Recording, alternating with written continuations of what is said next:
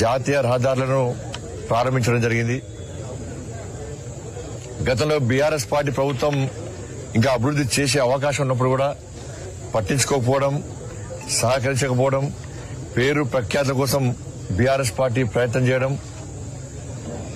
కేంద్రం ఇచ్చినటువంటి నిధులకు మ్యాచింగ్ నటి ఇవ్వకపోవడము, భూసేకరణకు సహకరించకపోవడము, అధికారులను బెదిరించడం, ఇవన్నీ కూడా జరిగినప్పుడు కూడా అన్నింటినీ తట్టుకొని దాదాపు 12,000 కోట్ల రూపాయల పైగా నిధులు తీసుకురావడం జరిగింది.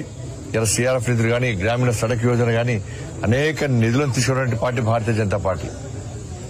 కాబట్టి బీఆర్ఎస్ పార్టీ, కాంగ్రెస్ పార్టీ ఒక ప్లాన్ ప్రకారం ఇద్దరు ఒకటై, ఇద్దరు కుమ్మక్కై భారతీయ జనతా పార్టీని, భారతీయ జనతా పార్టీ అభ్యర్థులైన నన్ను గాని, నరేంద్ర మోడీ గారి పట్ల అసభ్య పదజాలంతో ఒక ప్లాన్ ప్రకారం అర్థం పర్థం లేని విమర్శలు చేయడాన్ని ఇలా కరీంనగర్ సమాజం గుర్తిస్తున్న విషయాన్ని ఆ నాయకులు గుర్తించాలి.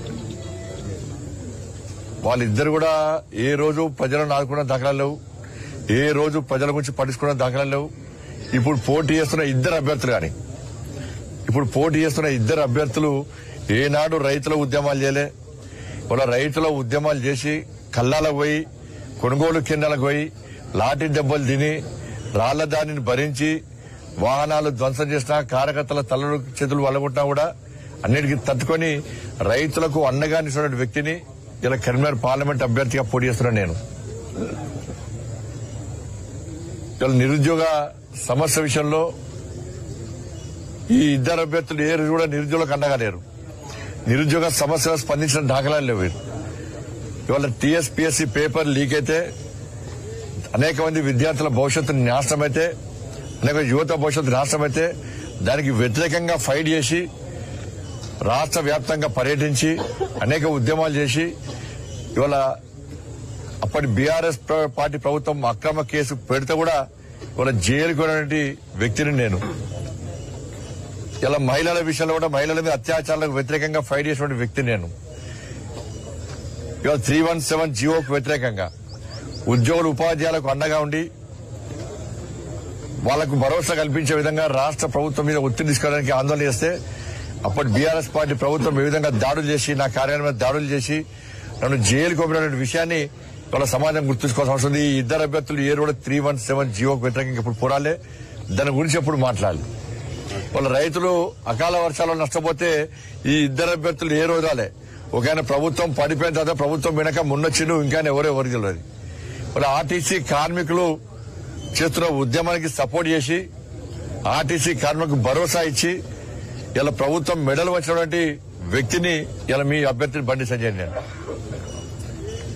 ఇట్లా అనేక సమస్యల మీద ఫైట్ చేయడంతో పాటు ప్రజా సంగ్రామ యాత్ర పేరుతోని తెలంగాణ రాష్ట్ర వ్యాప్తంగా 150 రోజుల పాటు పాదయాత్ర చేసి 1600 కిలోమీటర్లు పాదయాత్ర చేసి అప్పటి ప్రభుత్వం అడ్డుకున్నా కూడా ఇవాళ దానికి భరించి తెగించి కొట్టినటువంటి వ్యక్తి నేను. ఇవాళ వాళ్ళిద్దరూ 100 కోట్లు పెట్టి గెలిచే ప్రయత్నం చేస్తున్నారు.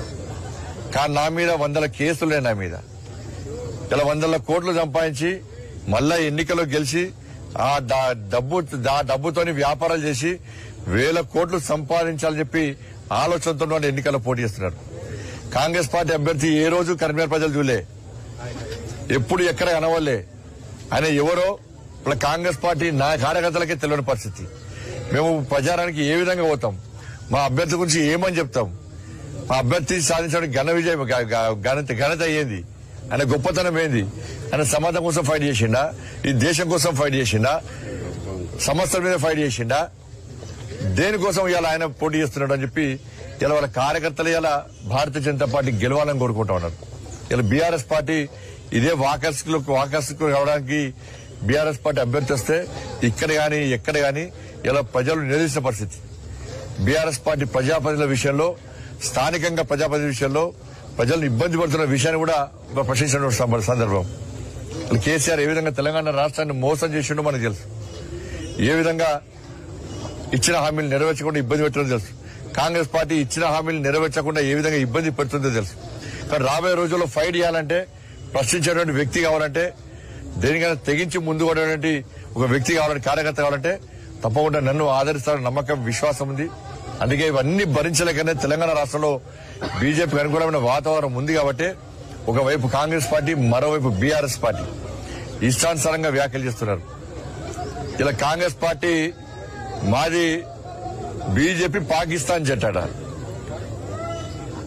ఇవాళ ఇండియా పాకిస్తాన్ మ్యాచ్ అయితే ఈ దేశంలోని ప్రతి యువకుడు భారతీయ జనతా పార్టీని తెలుస్తాడు. ప్రతి యువకుడు నరేంద్ర మోడీని తెలుస్తాడు. ఇండియా పాకిస్తాన్ మ్యాచ్ అయితే భారతీయ జనతా పార్టీని ఆ మ్యాచ్ లో చూసుకుంటారు.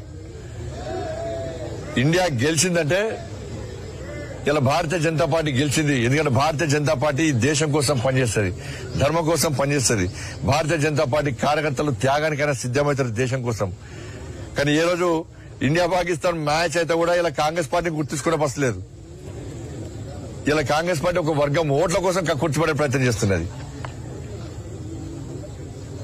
ఇలా ఒక నాయకుడు ఒక వర్గానికి అనుకూలంగా మాట్లాడితే ఇంకో నాయకుడు దాని నుంచి ప్రజల దృష్టి మళ్లించడానికి భారతీయ జనతా పార్టీని పాకిస్తాన్ జట్టుగా పోల్చే ప్రయత్నం చేస్తున్నారు.